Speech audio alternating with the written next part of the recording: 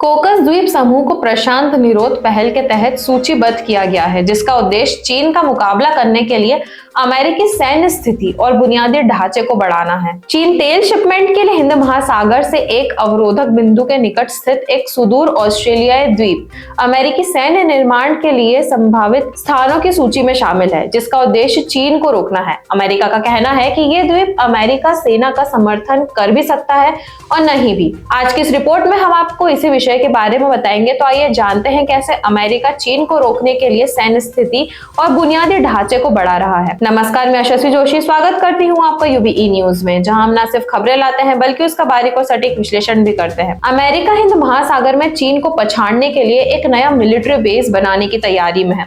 इसके लिए अमेरिका ने ऑस्ट्रेलिया के दूर दराज के इलाके में स्थित कोकोस द्वीप समूह का चयन किया है। कई अमेरिकी अधिकारी इस द्वीप समूह पर मिलिट्री इंफ्रास्ट्रक्चर के विकास का मूल्यांकन कर रहे हैं। इस मिलिट्री बेस के निर्माण का प्रमुख उद्देश्य हिंद महासागर में चीनी पनडुब्बी की गतिविधियों पर नजर रखना है।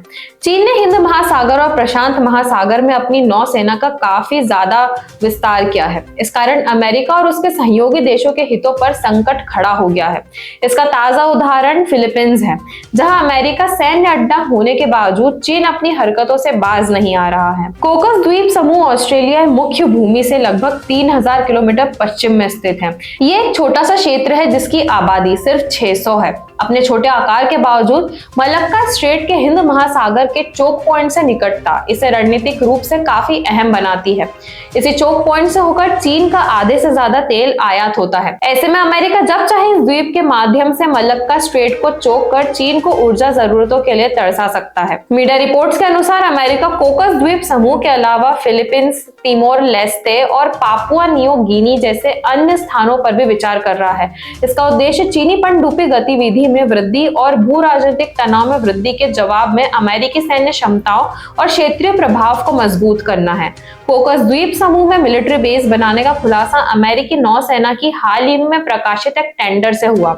इस टेंडर में कोकोस द्वीप पर एक बेस इंफ्रास्ट्रक्चर के लिए सूचीबद्ध किया गया है। हालांकि अमेरिकी नौसेना के प्रशांत बेड़े की इंजीनियरिंग शाखा NAVFAC पैसिफिक ने कहा है कि इन परियोजनाओं में अमेरिकी मरीन कॉर्प्स के डार्विन आधारित रोटेशनल फोर्स के लिए समर्थन शामिल हो सकता है।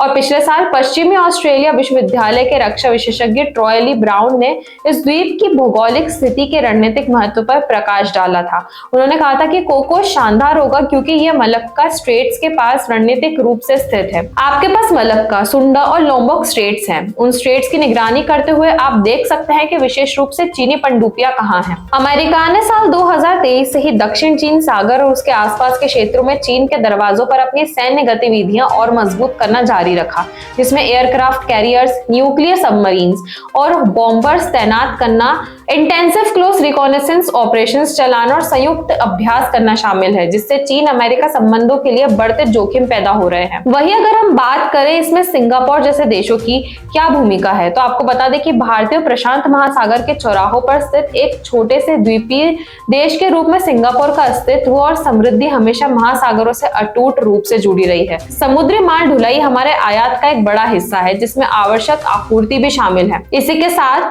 सकल घरेलू उत्पाद से 3 गुना से अधिक व्यापार के साथ मलक्का स्ट्रेट और सिंगापुर जैसे प्रमुख व्यापार मार्गों की सुरक्षा सुनिश्चित करना सिंगापुर के लिए अत्यंत महत्वपूर्ण है। इसीलिए सिंगापुर समुद्र के कानून पर संयुक्त राष्ट्र सम्मेलन या UNCLOS के प्रति दृढ़ता से प्रतिबंध है, जो कानूनी ढांचा प्रदान करता है, जिसके अंतर्गत महासागरों और समुद्रों में सभी गतिविधियां की जानी चाहिए। UNCLOS सभी राज्यों के नेविगेशन और ओवरफ्लाइट की स्वतंत्रता के अधिकार को बनाए रखने, खुले व्यापार मार्गों और संचार की समुद्री लाइनों को बनाए रखने और महासागरों और उनके संसाधनों के संरक्षण और सतत उपयोग को बढ़ावा देने के लिए मौलिक है। वहीं श्रीलंका के पूर्व सेना प्रमुख फील्ड मार्शल सारथ फोसेंका ने हिंद महासागर में चीनी निगरानी जहाजों की उपस्थिति पर चिंता जताई है।